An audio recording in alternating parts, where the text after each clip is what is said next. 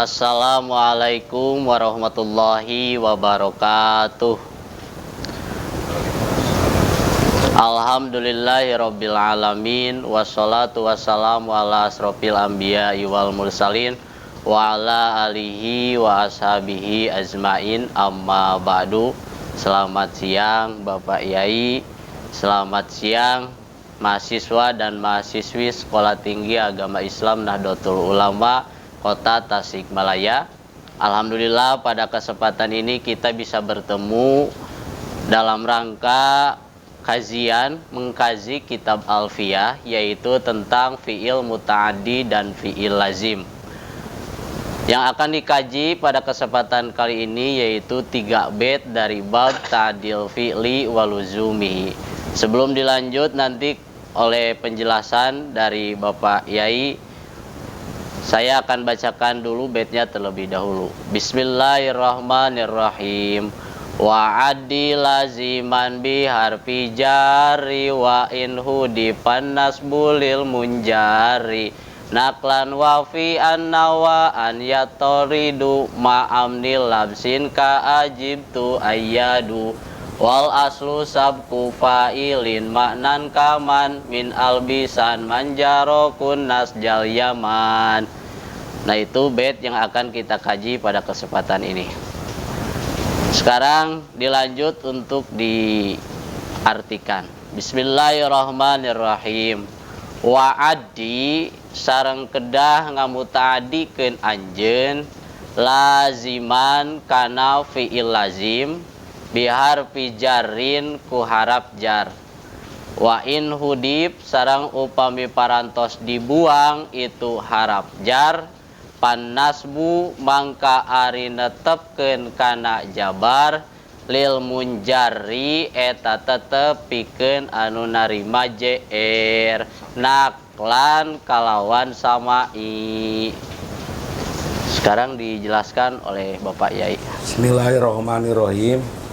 Pada kesempatan ini masih melanjutkan masalah muta'addi dan lazim, di mana kemarin telah menjelaskan yang pertama apa yang disebut muta'addi, alamatul fi'lil mu'adda antasilaha guero masdarin nahu amil, bahwa yang disebut fi'il muta'addi adalah kata kerja yang bisa dihubungkan dengan hak domir yang kedudukan menjadi objek atau maf'ul bih. Contohnya seperti amilah.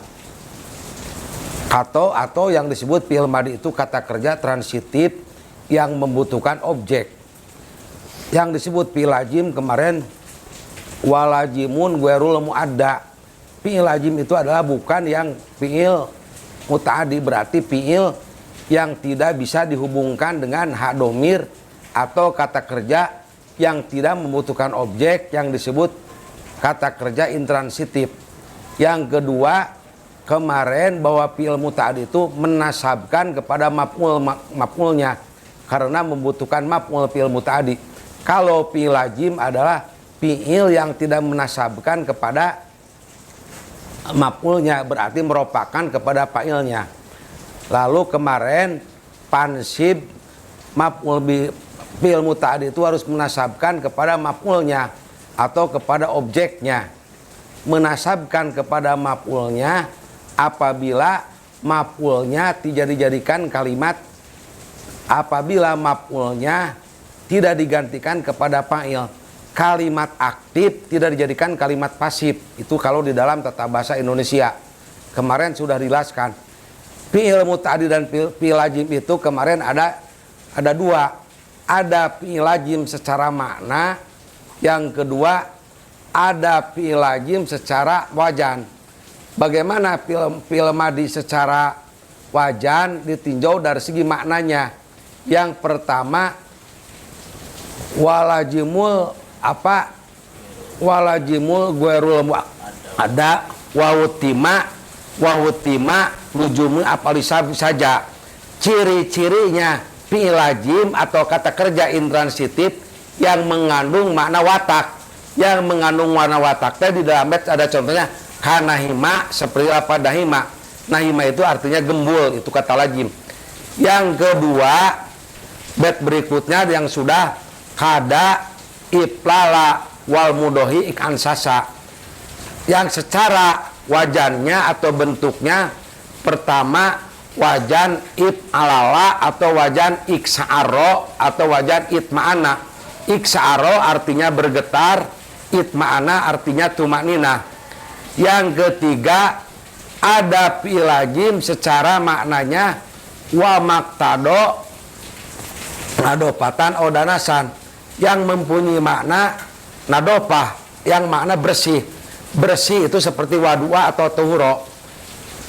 Yang mana danas seperti najasa atau danasa artinya kotor, itu secara makna. Jadi kesimpulannya kemarin membahaskan fi'il lazim itu ada fi'il lazim secara maknanya bisa makna sajaya, bis artinya watak, bisa makna nadopa artinya membersihkan, ada yang makna danasa artinya kotor. Secara wajannya ada di dalam rubai majid warna sani mula ketiga, jadi ada 5 bab itu. Jadi kalau rubai majid warna sani seperti wajan iksa'aro atau ihron jama atau ansasa ihron jama, itu fi'il lazim secara wajannya atau bentuknya.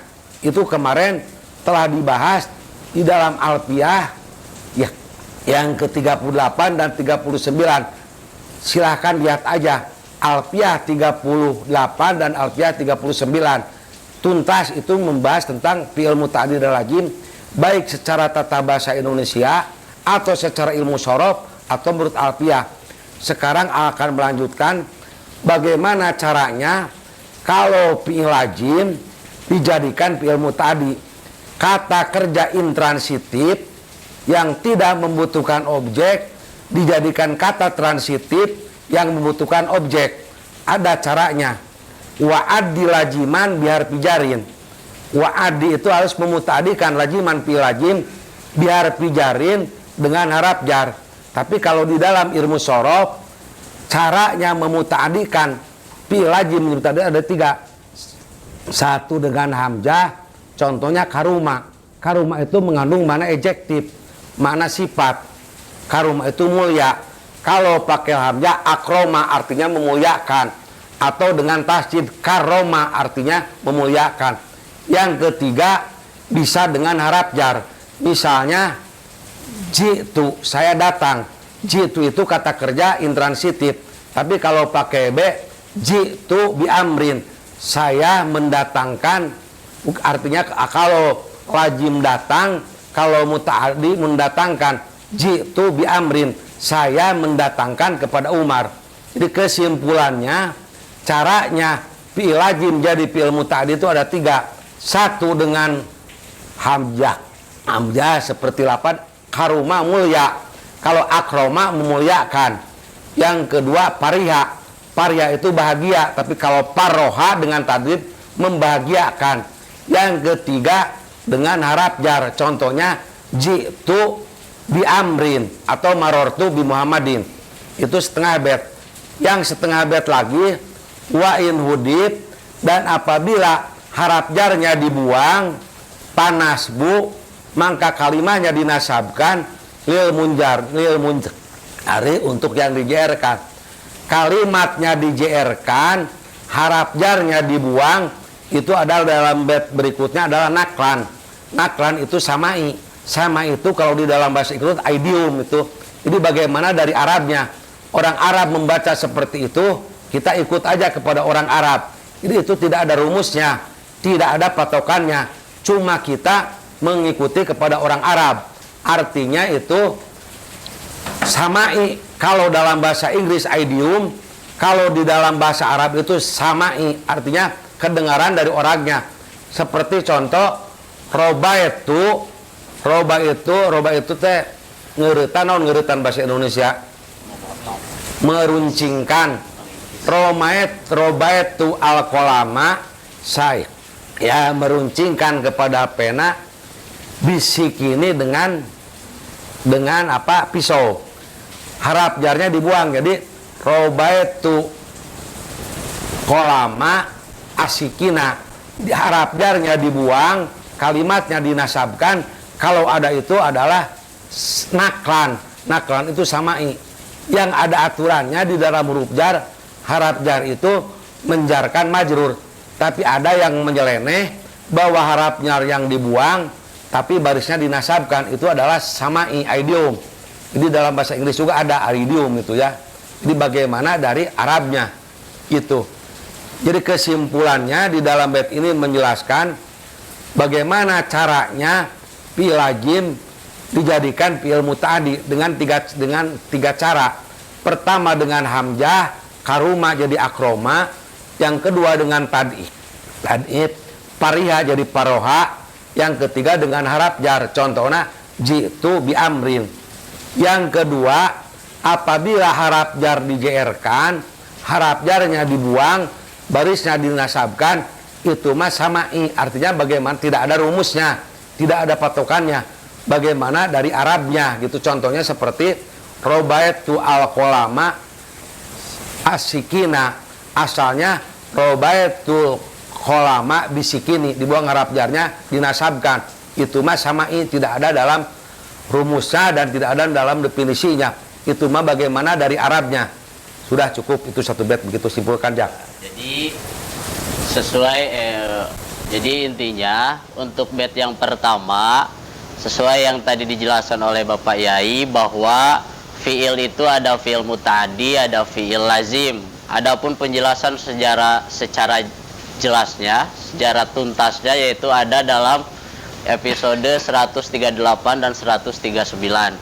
Nah, untuk yang bait ini kesimpulannya bahwa fi'il yang asalnya lazim bisa dimuta'adikan dengan adawat, yaitu dengan alat. Ada berapa alatnya? Ada 3. Satu yaitu hamzah, yang kedua tad'ib yaitu tasdid, yang ketiga yaitu dengan harap jar. Satu dengan hamzah, contoh seperti karuma. Karuma itu artinya lazim, artinya itu yaitu mulia. Nah, apabila ingin dijadikan fi'il muta'addi atau fi'il transitif membutuhkan objek, maka harus ditambah dengan hamzah. Jadi karuma menjadi akroma, asal artinya mulia menjadi memuliakan. Yang kedua yaitu dengan tasdid, contohnya seperti lafaz pariha. Pariha itu lazim artinya, yaitu arti asalnya bahagia. Nah, terus ingin dimuta'adikan dengan adawat, yaitu dengan tad'ib menjadi parroha, yang asalnya bahagia menjadi membahagiakan. Yang ketiga bisa dengan cara dengan harap jar, memakai harap jar. Contoh seperti lafaz jitu bi amrin. Jitu mendatangkan saya bi amrin kepada Umar. Nah, dalam jitu bi amrin asalnya ketika tidak ada b harap jar, jitu artinya datang. Ketika selanjutnya ada ba harap jar, maka artinya menjadi mutadi, yaitu mendatangkan.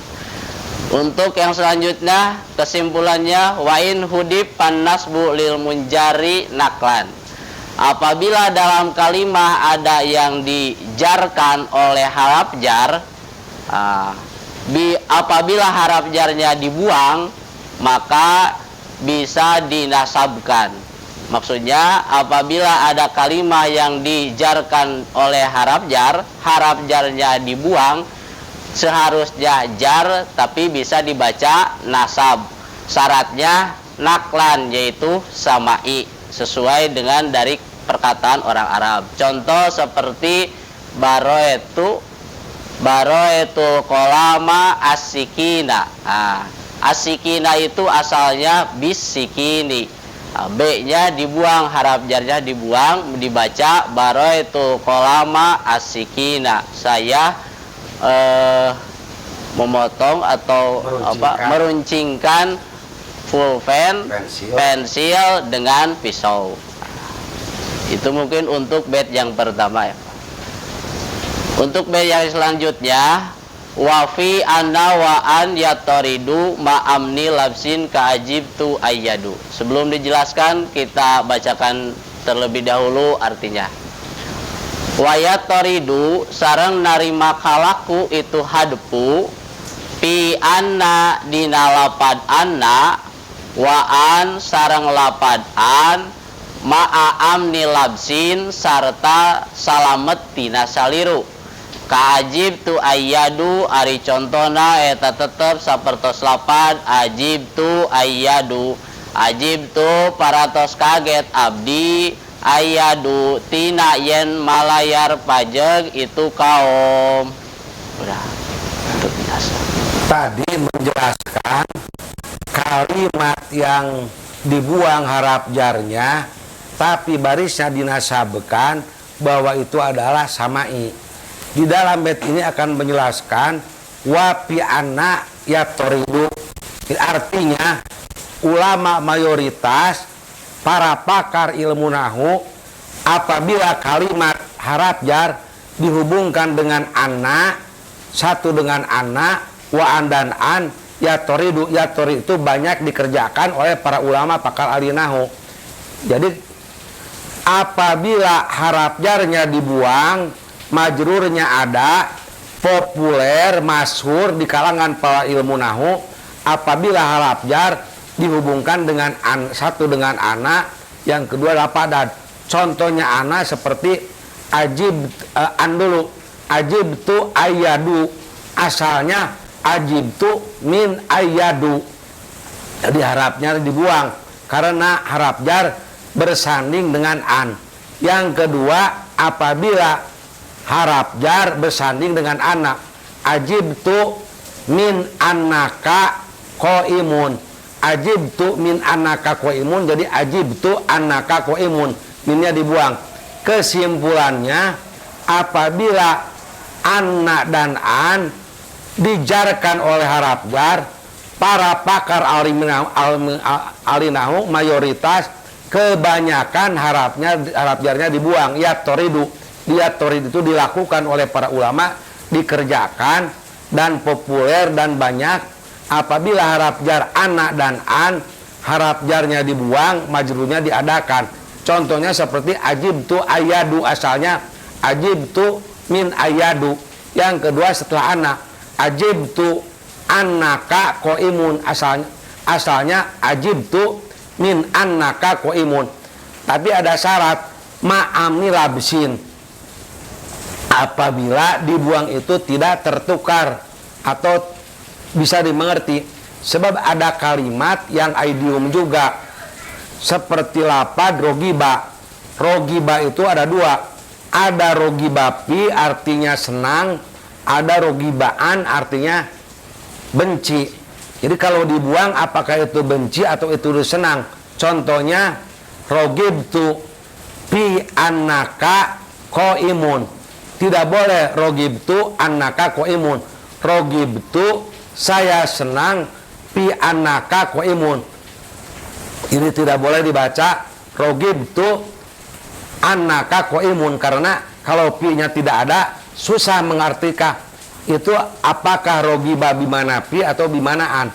Contoh yang kedua yang pakai an, rogibtu antakuma. Rogibu antakuma tidak boleh. Rogibtu antakuma tidak boleh dibaca rogibtu antakuma. Kesimpulannya di dalam bait ini para ulama ahli nahwu sepakat mayoritas kebanyakan harap jar dibuang itu apabila harap jar Di satu disandingkan dengan anak, yang kedua disandingkan dengan an. Syaratnya kalau dibuang itu tidak samar atau tidak keliru. Sebab ada kata-kata seperti lapad rogiba. Rogiba bimana pi artinya senang, rogibaan artinya benci. Kalau dibuang harap jarnya itu susah mengartinya apakah senang atau benci. Jadi ma'amni labsin ka'ajib tu ayadu. Ajib tu ayadu itu contoh sebagai an yang dihubungkan dengan min, minnya dibuang. Sudah sekian, simpulkan Jang Jayang, silakan. Untuk kesimpulan bait yang kedua yaitu dilanjut dari yang tadi tentang kalimah jar majrur yang harap jarnya dibuang, majrurnya ada, diberi i'rab nasab. Tadi bisa asalkan naklan yaitu samai. Adapun bait yang ini menjelaskan bahwa para ulama mayoritas membuang harap jar, majrurnya diadakan dengan syarat satu yaitu harap jarnya bersanding dengan an, yang kedua harap jarnya bersanding dengan anna. Jadi apabila ada jar dan majrur, harap jarnya bersanding dengan an atau bersanding dengan anna, harap jarnya bisa dibuang, majrurnya tetap diadakan. Di sini contohnya ajib tu ayyadu. Ajib tu ayyadu. Ada ajib tu ayyadu, ada kata-kata an, dibuang harap jarnya. Takdirnya ajib tu min ayyadu. Nah itu boleh diperbolehkan.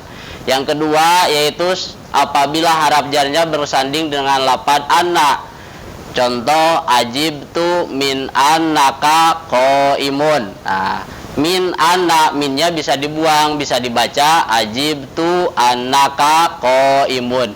Nah itu mayoritas para ulama membolehkan membuang harap jar apabila disandingkan harap jarnya dengan anna atau dengan an, dengan syarat ma'a amni labsin, tidak menimbulkan keliru. Tidak menimbulkan keliru itu seperti apa? Jadi ketika dibuang harap jarnya tidak menimbulkan berbeda makna. Adapun kalau berbeda makna setelah dibuang maka itu tidak boleh. Contoh seperti lafaz rogiba. Rogiba itu ketika kedepannya ada harap jar maka berbeda arti. Contoh seperti rogiba fi. Rogiba fi artinya yaitu senang atau mencintai. Ada rogiba an yaitu membenci. Nah, tidak boleh harap jarnya dibuang. Contoh seperti begini, ajib tu min al ajib rogib tu min annaka qaimun. Nah, rogib tu minnya jangan dibuang. Rogib tu annaka min annaka qaimun, minnya tidak boleh annaka. Ajib tu an annaka qaimun.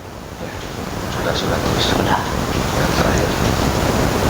Untuk bait terakhir wal aslu sabku fa'ilin maknan kaman. Wal aslu sareng ari qawaid asal sabku fa'ilin eta mayunkeun kana maf'ul anu fa'il maknan dina maknana. Kaman ari contona eta tetep sapertoskeun lapad man min albisun man min albisan majarokum dasjal yaman, barina tetep itu man tina lapad albisan manjarokum nasjal yaman. Albisan kedah makean saleresna anjeun man kajalma jaro parantos jarah itu man kum karajen sadaya nasjal yamani kana tinun di negeri Yaman. Ya. Jadi di dalam bait ini bahwa fi'il muta'addi itu ada yang menasabkan kepada maf'ul 2 yang asalnya mubtada dan ban khobar yang disebut dona dan ahwatnya. Ada fi'il muta'addi yang menasabkan kepada maf'ul 2 yang asalnya bukan mubtada dan khobar yang disebut bab kasa. Di dalam bab kasa itu ada uniknya, ada yang disebut maf'ul fa'il fil makna. Seperti contohnya kasautu jaedan jubatan, saya memakaikan kepada jaed jubah. Di lafaz jaed itu adalah maf'ul, tapi seolah-olah fa'il di dalam maknanya, sebab jaed itu yang memakai kepada jubah. Jadi dalam bait ini fa'il maf'ul fil makna asalnya didahulukan di dalam maknanya, seperti kaman min albisan manjarokum nasjal yaman. Albisan harus memakaikan kamu, man kepada orang, man itu adalah maf'ul pertama. Siapa itu? Jarokum, orang yang berjarah kepada kamu. Lapad man, maf'ul pertama harus didahulukan karena lapad man itu adalah maf'ul fa'il fil makna. Nasjal yaman menjadi maf'ul kedua. Jadi kesimpulannya maf'ul fa'il fil makna harus didahulukan. Contohnya kasautu jaedan jubatan, saya memakaikan jaed kepada jubah. Jubah itu dipakaikan kepada jaed. Jaed itu adalah maf'ul fa'il fil makna, harus didahulukan. Contohnya albisan manjarokum nasjal yaman. Man maf'ul pertama, nasjak yaman menjadi maf'ul kedua diakhirkan. Kesimpulannya maf'ul fa'il fil makna harus didahulukan. Contohnya seperti albisan manjarokum nasjal yaman atau kasayatu jaedan jubatan. Sok yang simpulkan sudah segitu. Jadi untuk bait yang ketiga kesimpulannya yaitu tentang qawaid asal maf'ul fa'il fil makna harus didahulukan, maf'ul labdon wa maknan harus diakhirkan. Nah, di sini yaitu tentang bab kasa, yaitu yang mempunyai maf'ul dua, memuta'adikan kepada maf'ul dua. Nah, contoh seperti lapad kasautu kasaitu zaidan jubatan. Nah, kasa itu mempunyai maf'ul dua, yaitu zaidan dan jubatan. Zaidan di sana maf'ul tapi hakikatnya fa'il dalam maknanya. Nah, harus didahulukan. Contoh dalam bait albisan manzarokum nasjal yaman. Albisan fi'il mutadi, manzarokum man yang menjadi maf'ul fa'il fil makna, nasjal yamannya menjadi maf'ul labdon wa maknan. Nah, manjarokumnya didahulukan. Itu untuk qaid asal fi'il yang memutadikan kepada maf'ul dua yang bukan asal mubtada dan khobar. Alhamdulillah untuk kajian alfiyah siang ini telah selesai. Mudah-mudahan kita semua yang ngaji bersama kajian kitab alfiyah mendapatkan ilmu yang barokah, bermanfaat. Tak lupa kita doakan guru kita semua, Bapak Kiai Haji Hatem Sodik Bahrum. Mudah-mudahan Allah SWT senantiasa memberikan kesehatan, memberikan umur yang panjang, barokah dalam ilmunya, dan selalu dilancarkan dalam segala urusannya. Mari kita tutup kajian ini dengan pembacaan kifaratul majlis. Subhanakallahumma wa bihamdika asyhadu an la ilaha illa anta astaghfiruka wa atubu ilaihi walhamdulillahi rabbil alamin. Mohon maaf atas kehilapan dan kekurangannya. Wassalamualaikum warahmatullahi wabarakatuh. Salam.